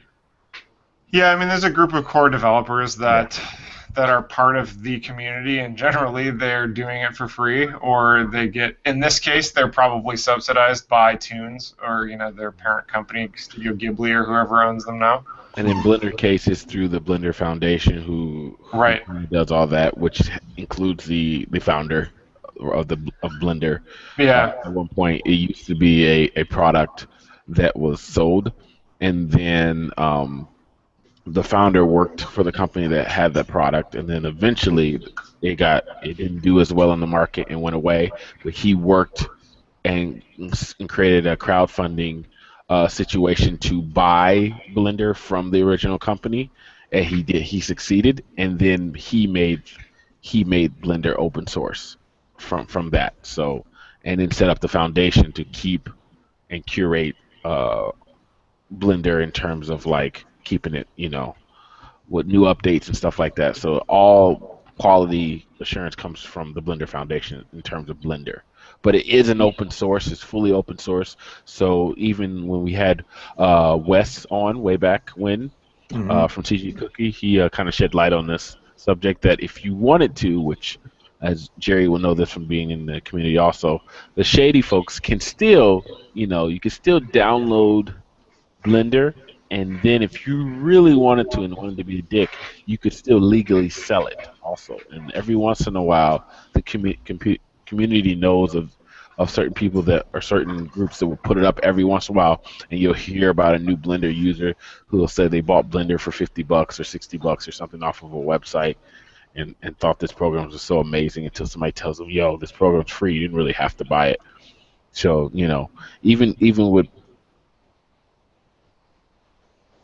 He froze. you could still actually find the code and it's still open source. So that's like the weird thing about open source. You don't have to buy anything for it if you really don't want to. So can anyone then download the source code and create their own Blender or tunes? Yes. And sell it if they wanted to. And that's part of what also makes Blender great is that same thing. It could be a double-ended sword, but self-education is very important. Like sucker born every minute. So if you're being sold something that you're not googling, consumer intelligence is sometimes yet new learning process. And that's one of those situations. That's one of those situations. If you're getting into a career or into a community and you don't know that these things are free, maybe you need to take a look at the community a little closer. Well, such a tongue twister. The benevolent leader, behind the Blender Foundation, Tom Rusendale, his ideology is that he has, that he even carries into the software, something that I agree with. In fact, I was watching him during the last Blender conference, and he was like, "No program should ever have an $1." I like how you made him sound like Arnold. That's exactly how he sounds. It was close. It was Swedish. It was close, but it was a little too rough. Almost. It was almost. The philosophies behind it. You get Maya, you install Maya. Why? Why did you do that? You don't know. You just do it. Everybody does it. We always install software. Right. And it installs, and it's going to be like 1.2 gigabytes to 3 gigs. You install Max, it's going to be about 3 gigs up, somewhere like that. You get Moto with all the content, it's going to be like 8 gigs. You get Cinema 4D, 16 gigabytes with all the content, right? So you get all these programs installed, and you look at Blender. Blender's 90 megabytes. Doesn't come with any starter files, no presets, no samples, no nothing, right? It's just to get in there, learn how to do it. Of course, you run Blender on a thumbstick. Yeah, I saw that. So the fact that Blender has that ideology behind it because of its leader, you could right-click and open Blender 50 times, each of them open in 3 seconds, fast as hell. 3ds Max, how long does it take to open? I guarantee you by the time that it opens, you will forget that you were opening it. That's how long it takes. Mine will open. It's not that long. Mine will open, show you the 3D view, and then you're like, okay, good, I can get started. No, look at the bottom. Plugins are still loaded, so sit down and calm down because you can't click shit. So, that's mine. And Moto, you're just there with the big-ass work plane hitting you in the face after a good 2-second loading. But Blender, vanilla fiddle, out-the-box Blender, no doubt, dude, opens 15 of them in 3 seconds a pop from each other. I'll have Blender open and I'll just open and crash it at the same time, just open different ones up. It's so lightweight, and something like that, you realize what do you have all the extra weight for? Every time you go on the Maya, you're going to be exporting a damn albumic simulation that requires that you have that plugin and the V-Ray and the RenderMan and all that. Programs are just heavy. All programs are just heavy. They're all just getting so heavy. Charlie, what was that one that you're running on the browser? It wasn't in the browser, but it was Autodesk Fusion 360. Yeah. Oh, I love that one. It's cloud, yeah. It was running on the cloud, yeah. That one is sweet. Was there any installers for that one? No, not really. Yeah, well, yeah, there was an install, but yeah, then it's kind of connected to the cloud also, like you're saying. Yeah. So it's very light though. You know, and the reason I bring this up with the installers is an anonymous source I won't name received a letter from the foundry because they were using a cracked version of, some foundry program. Because, basically, anytime you deal with that software install, they're using the Flex LM in the background as their, locking system. So they received a letter where they basically had to buy $10,000 worth of licenses in order to get these people's lawyers off their asses because the software that they installed snitched to the main base about it. So that's also something that people don't take into consideration is, when you're installing things and you're clicking OK on that long box of complicated words, they're complicated to us. They're not complicated to them. They're saying exactly what they want them to say because they're about to do exactly what they want to do to you. Not true to that. So I'm skeptical of installers now. And then, everything's so heavy to load, on the computer, like booting up. Like, thank God for the SSD. Yeah. Or else we'd all be doomed. Speaking of all that legalese and all that stuff, you guys remember what was happening with Apple and the FBI? Mm-hmm. Yeah, whatever happened to that? So Apple Stamp has always been our main focus is the security of our customers' privacy. Mm-hmm. And it's unfortunate that we have to sit here and fight with our government over this stuff.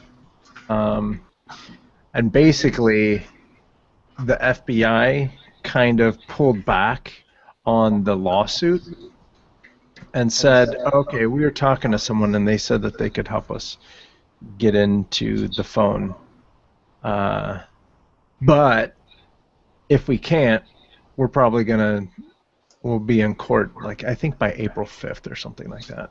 So they're gonna try a different method, and if it doesn't work, they're gonna come back and make them. And then they're gonna try to force Apple to change the way that they encrypt. Should our corporations fight our government? The what? He said that's a question. Should our corporations fight our government? Yeah, absolutely, they should. Yeah, I agree, and here's why. I mean, won't. Oh, okay. And here's why. So, on a lot of different levels, why? Number one, America is built on rules that protect its citizens from communism. Let's boil it down to that.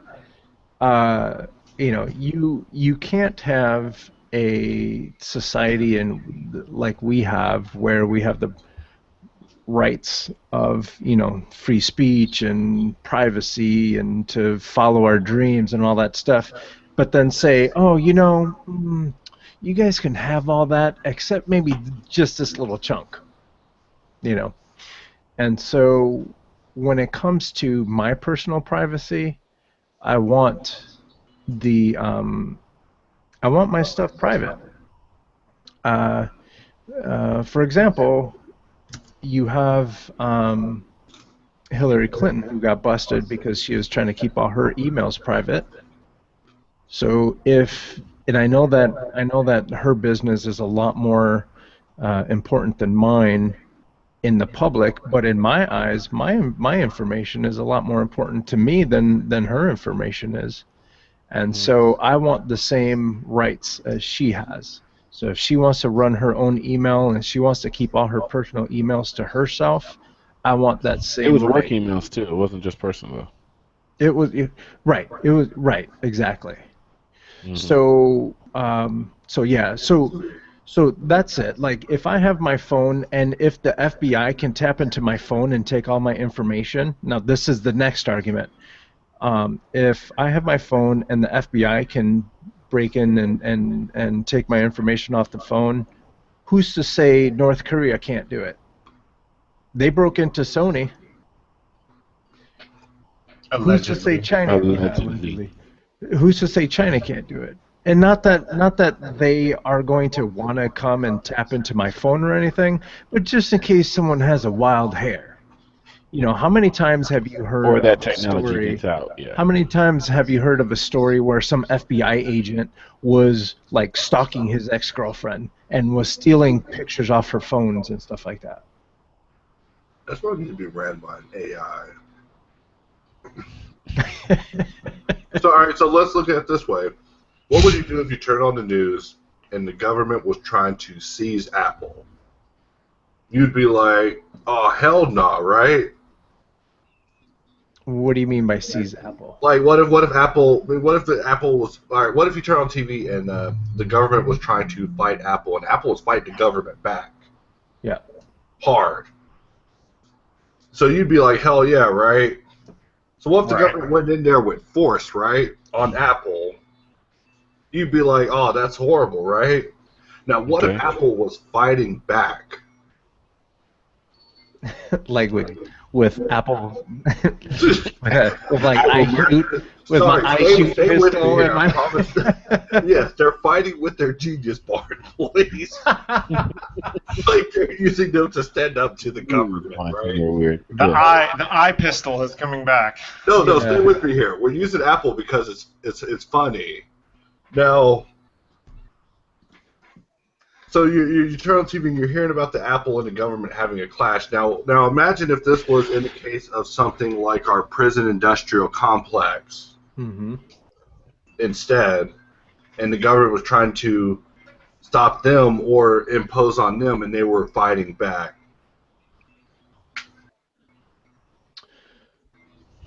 I'm not sure I follow the question.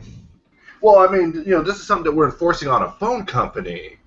However, this is something that once they set the precedent, this is something that more corrupt areas of it's going to open the way for a loophole for other people to possibly exploit. Like, I mean, I'm not saying that Apple should cooperate. I'm just opening as a basis of discussion because I've been thinking of the same thing lately. But what if our more corrupt systems also exploited a company having rights? I guess. Like, I'm probably miswording it. If y'all are missing my point. I see what you're saying. You're saying if Apple's fighting back, then who's going to keep a more violent group? Like, who's going to not fight back? If you're okay with this, where does that end? In terms of if it's another group that has something that the government may want, or information, or law firm, or whoever, right?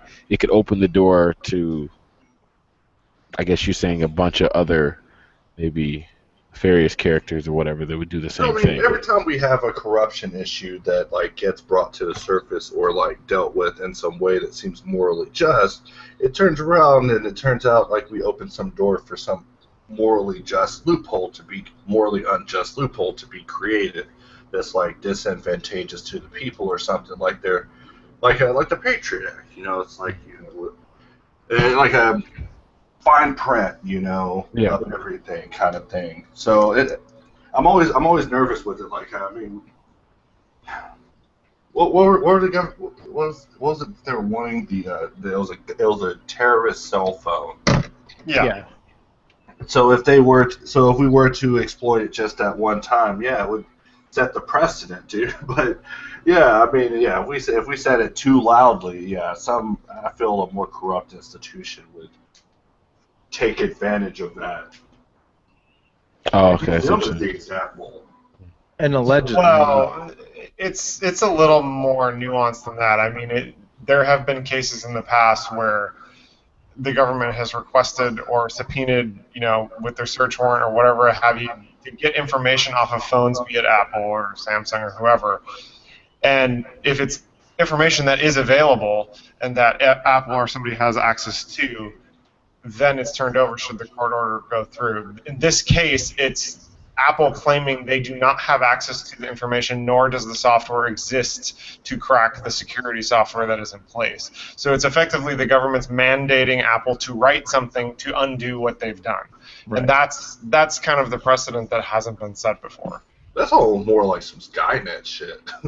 Well, it kind of is, yeah. and I think that's the biggest thing. Nobody's disagreeing with national security and that the government needs the ability to use the power of search warrant and get information. But I think the problem here is that they're forcing a company to do something, to develop. I mean, they're effectively telling them to develop software to undo what you've done. I mean, I don't know if that has happened. Make them develop a wartime tool for information. Yeah, I mean, kind of. And I don't know if that's ever. I mean, I'm sure it has. My history's not that great with production lines and stuff, but I guess it's kind of equivalent to saying, so and so company built this amazing safe, like a physical safe, and now, but there's no way to crack into it, so the government's forcing the safe company by law to develop a tool to unlock it, which doesn't even hold up because it's a totally different argument, but it's kind of that same thing. Oh, okay. Yeah. Yeah, someone was trying to make the connection. It's like if you had a school wall locker, right? Someone said it's like the government is just asking Apple for the key. But it's not like but that. Then the clarification was it's not that. It's that the government is asking not only for the key, but they want Apple to take the hinges and put them outside the locker, right? So they want to have access to being able to get into all these phones all at the same time or whenever the hell they want it and blah, blah, blah. And that's where it starts infringing on people's privacy rights. I mean, look. I mean, everything is encrypted, and we're seeing butt naked Hollywood pictures all the time. Right. So, and mind you, I get it because it's situations like what happened in San Bernardino, was it? Mm-hmm. The one that happened just a couple months ago, and then. We're not even talking about what just happened in Belgium. Brussels. All that stuff.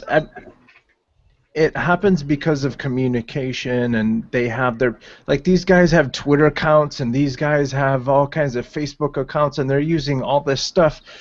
And Apple is kind of has drawn the line and said, we're not going to do this. And if you're forcing us to, you need to go through the courts to do it. And what's kind of funny about the whole thing is Apple was allegedly, we'll help you, but we can't help you. Mm-hmm. Yeah, and, so it's kind of like, we're not going to open the door, but if you look under the mat, the key is there. Mm-hmm. So it was kind of like that. And they're like, just please don't make a big deal out of it. And then the FBI started making a big deal out of it. So then they're like, oh, okay, if that's how we're going to do, then let's go, do it. Mm-hmm. And yeah, so they held steady. And then the FBI was like, oh, well, we found someone that thought that they could break into this phone, so we're going to go ahead and do that.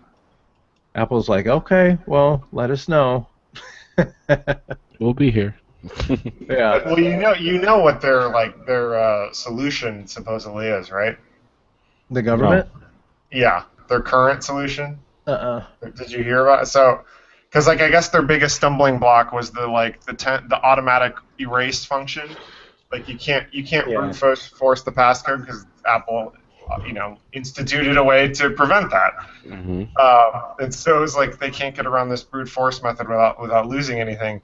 So basically they found a way that they can just copy the phone's memory chip, and just have infinite chances to test it. So it's like this really like simplistic We found another way to beat it them. just sounds like a bunch of idiots in a room. Like they tried it 9 times, they got down to 1, and they're like, "Shit, let's take it through the courts." And then like that didn't work, and they're like, "Well, I guess we'll just copy it 1,000,000 times until we figure it out." Like it's just the most low tech thing I think I've ever heard. Wow.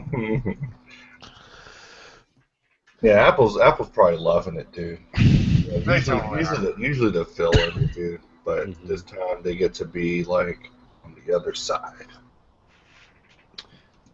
Yeah. I don't mind that either. Again, it's all about keeping your stuff private. Private. Yep. For as much information as people are putting out there in the world, it's ridiculous how much information is out there. But yeah, I don't know. I don't need my passwords to my bank accounts and stuff just floating around all crazy. And not that I have any, but if I decided to have just a library of dick pics on my phone, nobody needs to see that. That's what you're trying to hide. Yeah. What They're were we all talking hard. about? Thursday nights, boy, back when?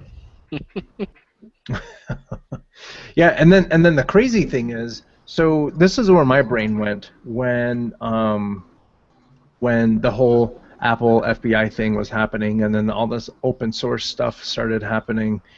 I was thinking to myself, okay, well, if people can take a 2D art program and a 3D art program, turn it into open source, and create all this stuff, what's to keep these terrorists from creating their own cell phone networks or their own Facebook, terrorbook.com or whatever the hell it is?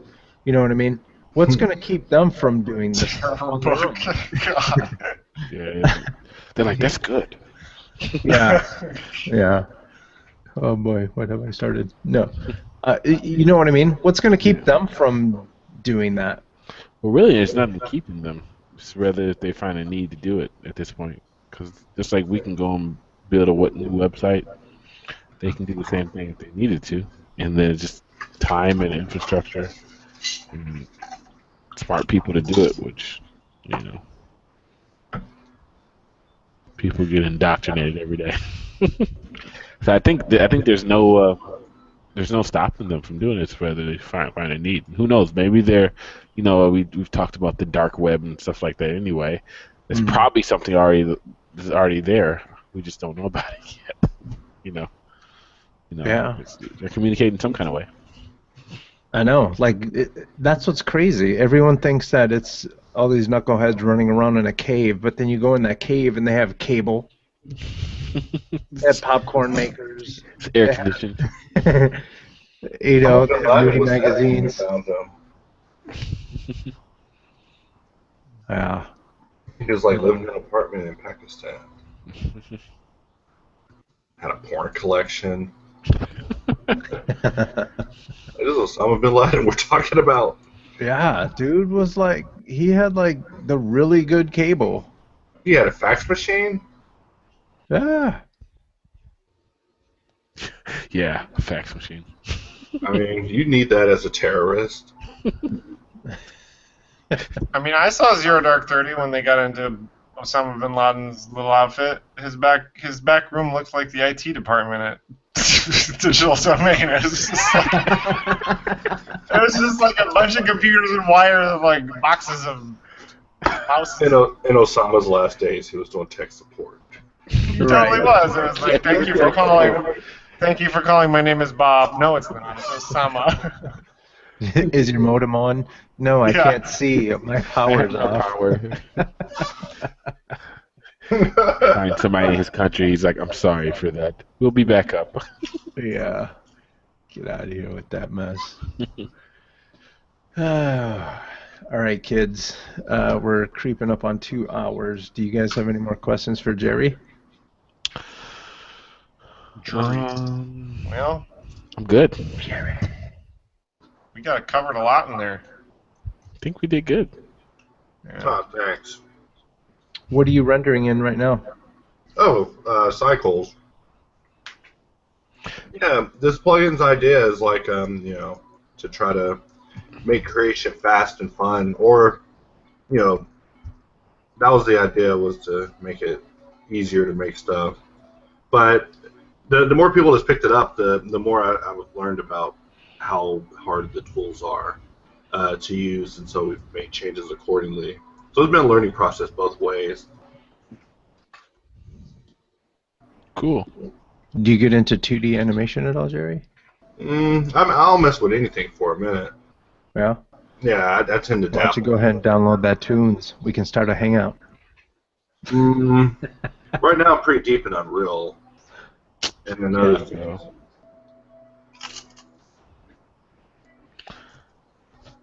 Like Very the nice. Unreal. All right, y'all. Let's wrap this one up. Wrap it up. Jerry Perkins. Thank you, sir, for being on the show. Carl. And if people are looking for you and your work online, where can they find you? Masterjam1001.com, Facebook.com/artofmx, Twitter.com/ I don't remember. Chaos. Yeah, Chaos07. Don't even worry about that one. YouTube.com/MastersJam1001. Go there. That one's the best one. The rest of the URLs are too tough. Too tough. Excellent.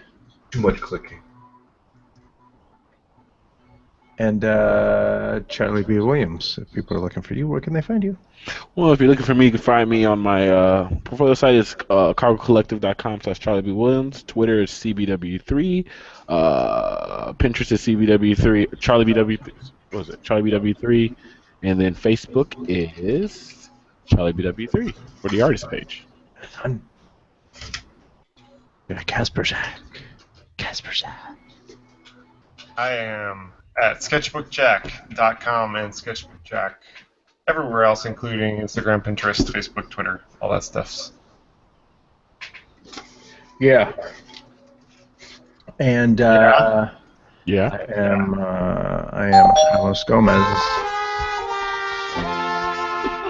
and we're having an audible fire here right now. Carlos Gomez, you can find me at carlosrgomez.com. You can find me on Twitter, Facebook, Instagram, and Pinterest under the name Coconut Justice. This has been the Sketch Zone podcast. You can find us at sketch.zone. Hey, if you have an idea for a guest, go to sketch.zone/guest. Boom. Do it. Boom. Do it. Do it. You can find us on Twitter at SketchZone. You can go to Facebook.com/TheSketchZone. YouTube.com/SketchZone Podcast. SketchZone. You can also find us on Stitcher, SoundCloud. Subscribe to us on iTunes. And hey, tell your friends. We'll be Tell here. everybody. Generally speaking, we're here every Wednesday. While you're out there, let's be good to each other. Pause. That's it for us, folks. Have a good week. Okay. See you guys. Let that one go. Are you already getting out of here, Charlie?